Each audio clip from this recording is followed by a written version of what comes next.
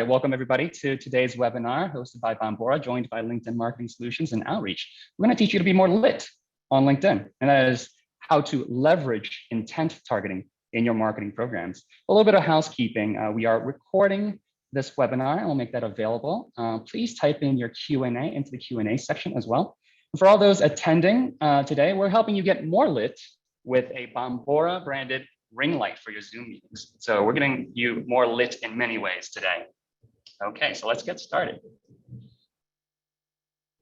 All right, well, I'd like to introduce our speakers today, as well as the agenda. My name is Fang Hong. I'm the Senior Product Marketing Manager at Bombora.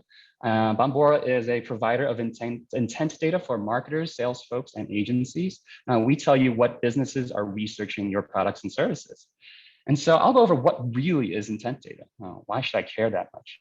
I'm joined by LinkedIn, whom Bombora has had a good partnership with, as well as a LinkedIn integration product. So working together for the past couple of years in that. And we're joined by Outreach.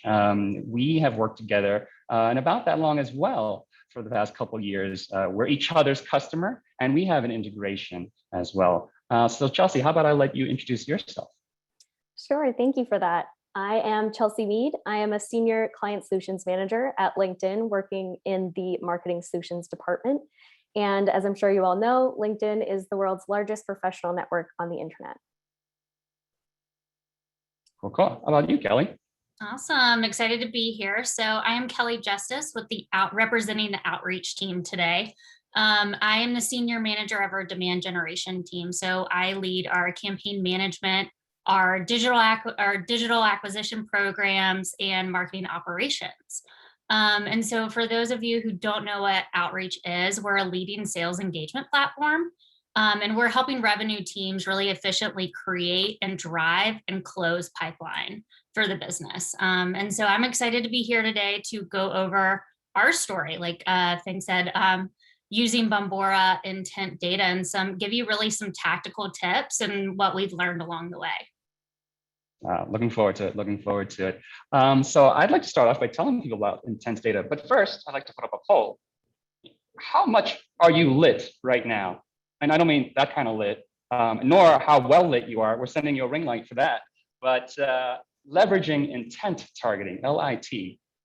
So in the poll, you have a few of these options to select in kind of ascending or descending order of sophistication. One is we have different content and campaigns segmented by different levels of intent. Number two is we sometimes specifically target high intent audiences, so from time to time. Another is we don't use intent data, but I want my team to use it. And then finally, I'm still learning. I'll give you about another 15 seconds to answer that. But Kelly, how long have you been lit? Yeah, so how long have we been lit? So we've been leveraging LinkedIn Marketing Solutions since 2017, essentially from an outreach perspective. But we've been using and layering on that intent data for about 2 years now as well. So a lot of key learnings there.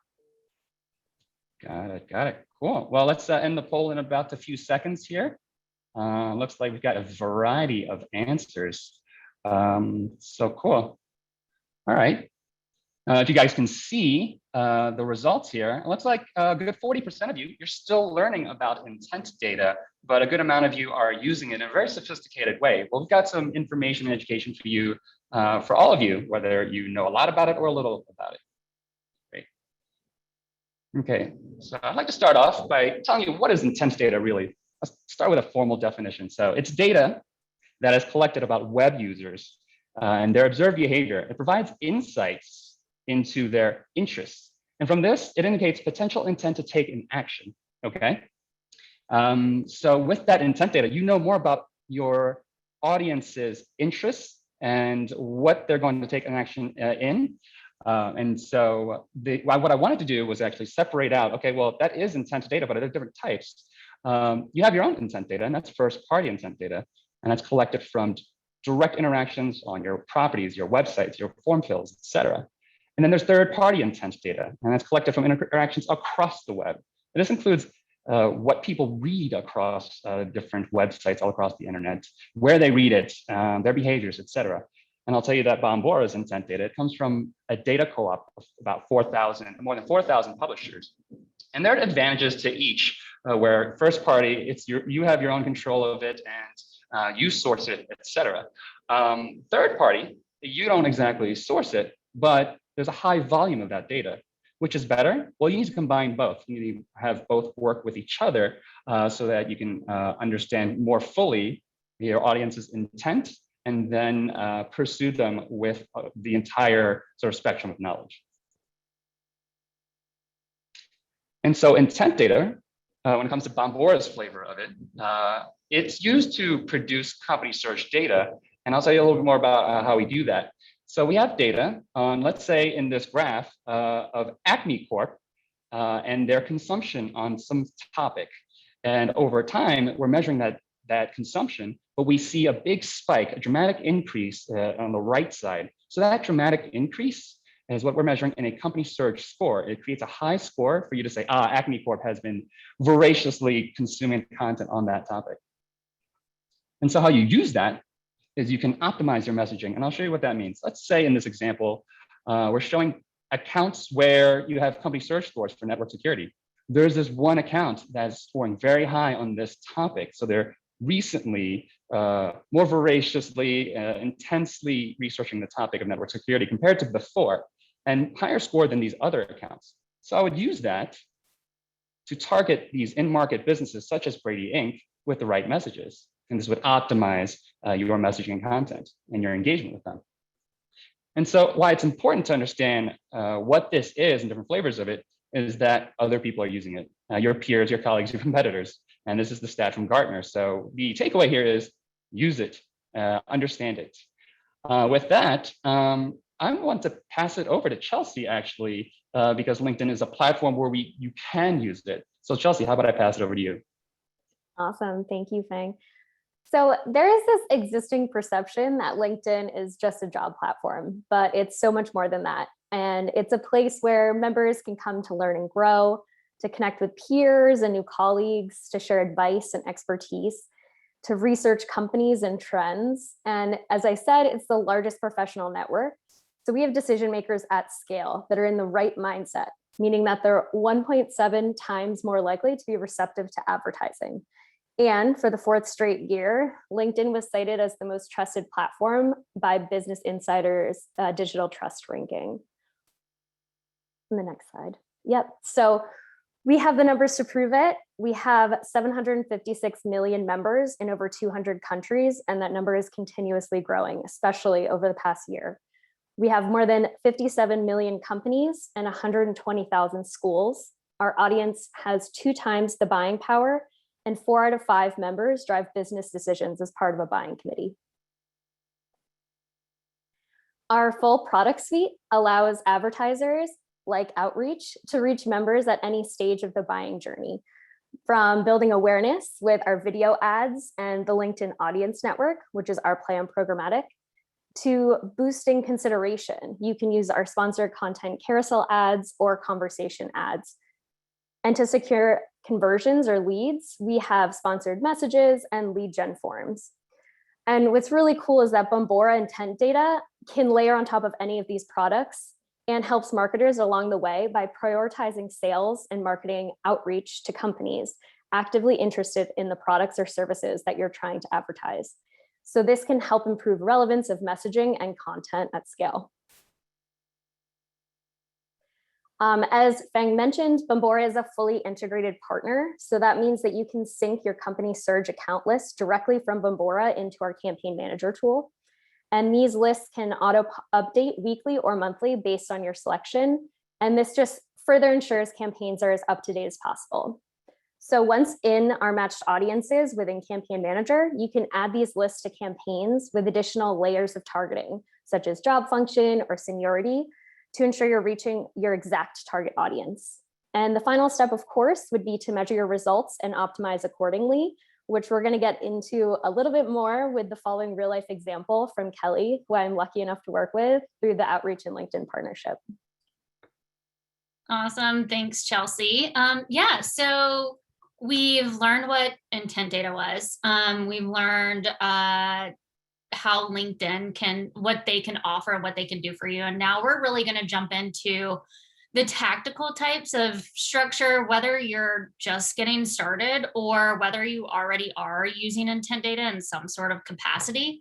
I'm going to get into the nitty gritty tactical details on how Outreach has set it up, what we've learned in the last 2 years.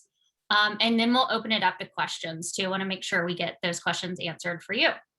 So if we go to the next slide. Yep. So first, just kind of taking a step back and looking at overall funnel strategy.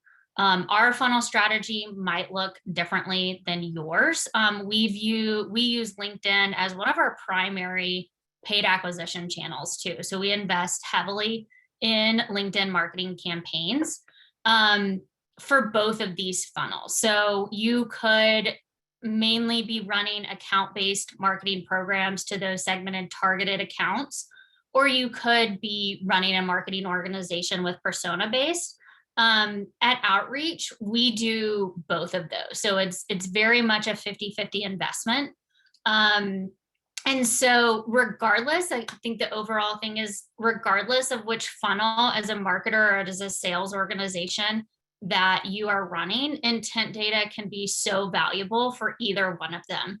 And you can use them in so many different ways to support both of these funnels too. So that's a little background on how our funnel structure is. And then if we go to the next slide too.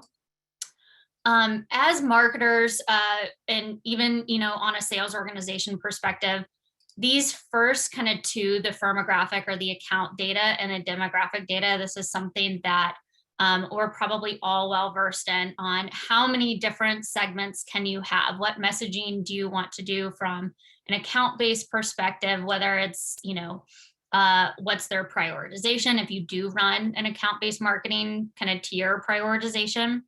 Where are they at in the funnel? Are they a customer? Or are they a prospect? Which one as a marketing organization do you support? Market segment, et cetera. The list goes on and on. Persona, the same thing. Who's in your buyer group? Who are the personas that are the decision makers in your buyer group, et cetera? These are some that we've traditionally as marketers always segmented by. But really what we're focused on today is this like third layer using that Bombora intent data. So you can use this in combination with the first two. You can use it standalone. You can run, numerous different campaigns. Chelsea probably have the number in your head. We run quite a few different campaigns. You can slice and dice the list so many different ways, but adding that third layer of intent data within your marketing programs will really increase that efficiency, the volume, and the conversion rate too. So we'll kind of jump into some tactical pieces here, but these are just kind of overarching here. Cool. All right, so this is essentially how we have our structured. If you looked in our LinkedIn today, this is primarily how it looks. So like I said before, layering that high intent. So going back to Fang's slides, is this company showing higher than normal signs of researching a certain topic or being in a buying cycle, et cetera? So having the first part, is that account surging? What type of account is that? So depending on the funnel, is it a prioritized account? Is it just, from a persona base, market expansion, discovering net new accounts, et cetera? Really supporting market expansion in that persona-based prospecting. We also have our segmented down by decision makers and ICs. ICs are still important to us. We still want to run that brand awareness play as well, especially if they're showing intent. There's referral opportunities there. So we do, for our prioritized accounts, incorporate different types of personas too. So we're not just kind of focusing on one. And then the last two is talking about the topic. So getting really tactical here. So we have approximately 100 different topics that we monitor with Bombora today. Those can range anywhere from sales efficiency, sales reporting, competitors, et cetera. What we've done to really scale our marketing programs is to roll those up into a pain point, what we also call an intent topic cluster, and then serve up the content there. So again, slicing and dicing based on not only the account, the persona base, but also what is the topic that they're surging on, so we can give them the most relevant content within our marketing programs via LinkedIn.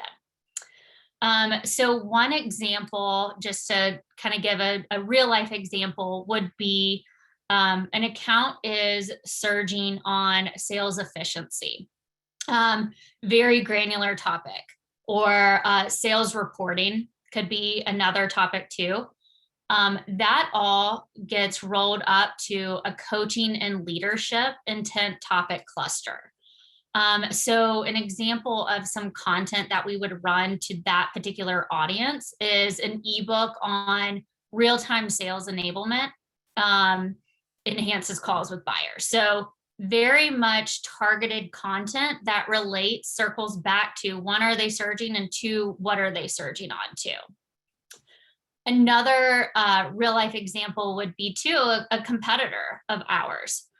If we notice, especially a prioritized ABM account is surging on a competitor, not only can we use that, intent data is typically known for using that in the sales prioritization too.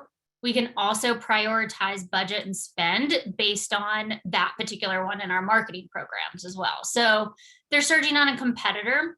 It's really critical for us to serve up, whether it's a case study of a transition from that competitor, or something like a third-party report like the Forrester Wave that we have too. So those are just kind of two overarching examples of what you could do and how you could segment it. Yeah, I think those are kind of some main points and examples that I wanted to go through there. And then at the end of the day, if we go to the next slide, the most important is how successful are we at this? Depending on what your specific KPIs are, ours are all the way through the funnel. At the end of the day, the ARR number is the most important for us as a business. It's at outreach too. What are we driving? What are we converting? And what are we closing through the funnel? So we've been really monitoring this top of funnel as we've launched these programs and really optimized these, and working very closely with Chelsea and team on how do we adjust spend? How do we adjust our segments? How do we adjust the content that we're serving up so we can really optimize these top KPIs, the impressions, clicks, and conversions. And then the second layer to that is the meeting set. So some of the successes that we've seen so far is on the impression side, we see approximately 9.4 more impressions than the next highest campaign. So that shows that reaching out, serving up the right content at the right time, we're really getting that exposure there. So that's a significant number over our next highest campaign too. And then, as a marketing organization too, my main question is, are we spending our money in the right place and getting that ROI? And so we have been able to see that in lowering the average CPM, significantly lowering that as well. So just kind of two key successes that we've seen so far. We're continuously adapting and changing and updating our programs too. It's not a set it and forget it type. Like Chelsea mentioned, the intent data does update on a monthly or a weekly basis too, however you want to structure yours. But it's important that you're continuously not just taking that data, but really taking a deep dive into the segments that you're running, how are they performing, and really being agile in updating those via LinkedIn, especially. So next phase of what that looks like, that won't stop, we are not done, but really honing in on the conversions, especially down funnel. Content, we've been serving up a lot of content, the case studies, et cetera. But how do we really manage retargeting, demo conversions, more of those high priority ones as well? So Chelsea and I are, and team behind it, are really honing in on those conversions from these too. And with that, I think, we can open it up to questions. I'll pass it back over to Fang. Thank you so much for sharing that scenario as well as those stats. That's very impressive. And yes, please do throw in your questions into the Q&A panel there. I'll start with one, and actually does set some good context there, Kelly. We have a question about what is your company's size as well as the budget that you're working with? That's a great question. So our marketing team is approximately, I'm going to go 20 to 30 people. We've significantly grown over the last 2 years. I've been here for 2.5 years, and we've nearly tripled since I've been here as well. So that's segmented. On the demand generation team, we have about 10 people split between digital and field marketing too. Our marketing budget correlates with our revenue too. So we do spend kind of millions upon millions of dollars from a marketing budget, and about that, there's about 70% that is thrown into paid social, and that's significantly LinkedIn too. So kind of giving higher level where we're at, where we've been, and where we're at today too. Got it. Thank you for that. So I hope that answers the question, Wendy. Quick piece of housekeeping as well. We will be sharing the recording to this. Thank you.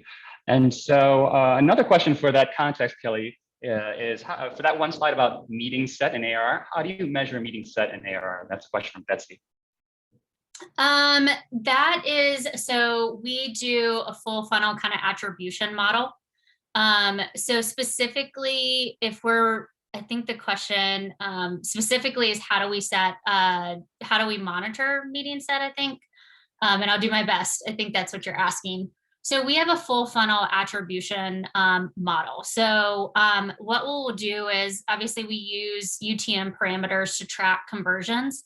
From there, we do have kind of a marketing capture lead to marketing qualified lead funnel too. So we're not sending every single conversion on our marketing programs and on LinkedIn over to our sales team. So they do go through a qualification process. Paid acquisition is, mainly focused on bringing in those net new leads, and then programs after that to qualify them too, based on activity and persona. So we measure meeting set based on that attribution model and primary campaign source, and then follow them through the funnel. It's all driven by the campaign and the UTM too. Well, cool. Thank you. I hope that answers the question there, Betsy. I'll take a quick one that is, let's see here. I'll actually pass one over to Chelsea. What are effective LinkedIn filters that you could apply on top of the intent data filters from Bombora? Any answers to that, Chelsea? Yeah, I think it really depends on what stage of the funnel you're trying to market members to. So if it's upper funnel tactics, I would keep it very general. Most notably, we see seniority targeting, years of experience, or job function, because you want to be targeting that buying committee. Lower funnel tactics, you can layer on account lists. You can layer on, I saw somebody ask about sales navigator lists. You can layer that on top of Bombora intent data, as well as job titles or skills, just if you want to make sure that you're honing in on a specific type or member set that you want to reach for conversion or leads. Got it. Yeah, thank you for that. And Chelsea, continuing on with that, so do you have a recommendation for average spend required to make this happen? I'll actually pass it to both you and Kelly from your experience. What's the maybe minimum spend for this type of stuff? I think spend is always a tough question to answer because it really depends on what you're trying to get out of the campaign. If you are just looking to build awareness, I think you can start with a smaller budget, reaching a larger audience. If you're looking for a very specific number of leads, that may require a higher spend because you're targeting a smaller niche audience. LinkedIn is an auction-based environment, so you're going to be paying on a cost per click or cost per impression basis, but you set that bid and it goes into an auction. So you're in a competitive marketplace with other people trying to reach the members in that audience as well. So it fluctuates daily, and you could be seeing different results month over month, which is why we mentioned the part about measuring and optimizing, because it's kind of a constant learning experience over time. And Kelly, was there an amount that you noticed over time that it starts to work? No, that's a great question. I see some of the comments in the chat too. I think scale is just a number too. I think, our yearly budget of millions, you can start on a smaller scale too. We did not start here. We built over time too. There's another question of, where do you start from a beginning perspective? I agree with what Chelsea said on you can start with small from just like a brand awareness and scale up for conversions too. All of this together, whether it's budget or whether it's segmentation, I say this to everyone I talk to on best practices, is always start small. Small as in start with 2 to 5 campaigns, and then build them up from there. Test and measure and make sure you have the infrastructure in place to allow you to scale up over time. That's exactly what we did 2 years ago, and just kind of reworked and reworked and reworked. We've gone through a couple different reiterations. So don't let the budget and don't let the scale scare you. Start small, understand what the purpose of and how you can use it for your business, both on a sales and a marketing side. Get the infrastructure in place and then grow it too, regardless of the numbers given today. Cool. I'll take one for Bombora. This is from Megan. Can we see exactly who has been surging or increasing their content consumption for a specific competitor, or terms or topics that could be tied to a competitor? And so yes, as in the company search report has scores for different accounts and domains, and it'll show you their company search score for the competitor that is a topic, as well as terms, much like Kelly was saying, sales effectiveness. Well, you could be researching that and researching competitors around that. So yes, cool. Well, I think we have time for one more question.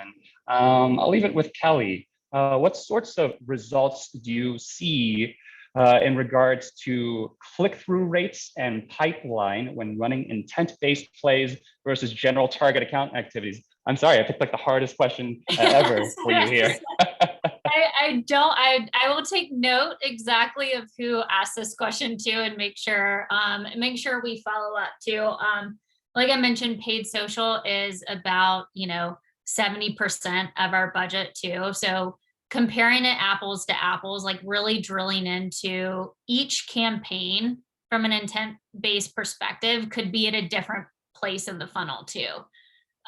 So I will make sure to get some insights and follow up specifically on the numbers. But as a program as a whole, I think the most important piece for us is measuring on LinkedIn campaign by LinkedIn campaign to really measure that and clumping those into funnel, whether it's brand awareness or whether it's conversion. So we'll follow up on that.